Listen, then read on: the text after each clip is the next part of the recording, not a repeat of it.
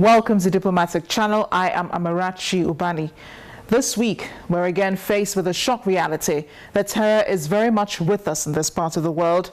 Al-Qaeda militants stormed a hotel known for accommodating UN staff and foreigners in the Burkina Faso capital, Ouagadougou, blowing up cars and firing shots. Friday night was just horrific for those who witnessed the attack.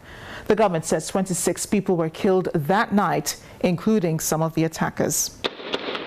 The charred, burnt building that was one splendid hotel shows nothing of the comfort and luxury that was, until Friday night, enjoyed in the Burkina Faso capital, Ouagadougou.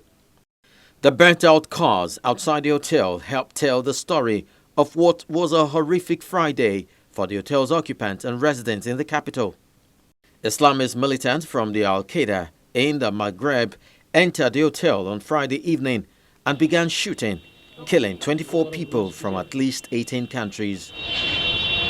Security forces had laid siege on the hotel after the attack and were able to free 150 people held hostage by the militants.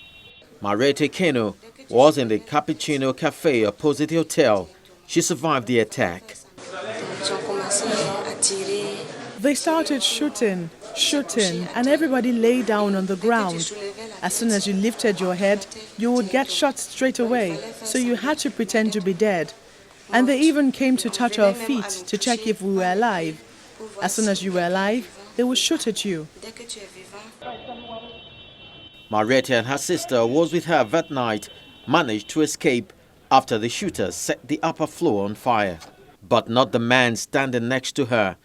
He was shot instantly and fell on top of her.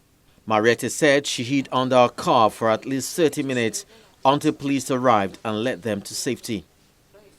The splendid hotel is a favorite of Westerners in the country, which may have made it a target for the militants.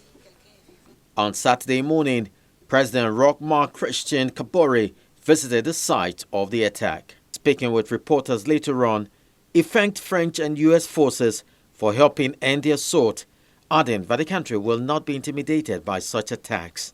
He, however, added that the country, which shares a border with Mali and the Sahel region, where Islamist militants are active, will have to get used to the idea of fighting extremists daily.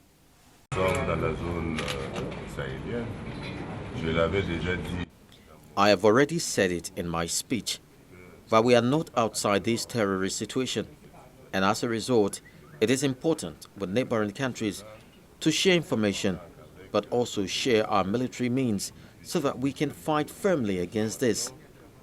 We must also demonstrate that the government of Burkina Faso, that its history is long and will never retreat, and it's not today that we shall start retreating.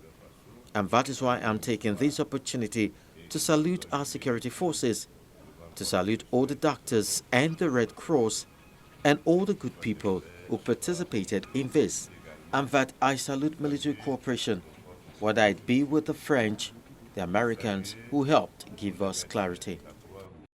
The bodies of two of the assailants were seen among the debris after the operation to retake the hotel.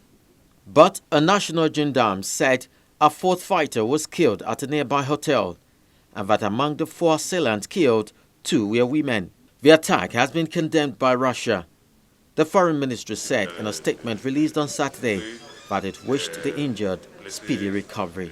The Al-Qaeda in the Islamic Maghreb, Akim for short, is a Salafi jihadist militant group operating in the Sahara and the Sahel. Its origin can be traced to the Algerian Civil War, and in the past 10 years it's become an Al-Qaeda affiliate with regional ambitions.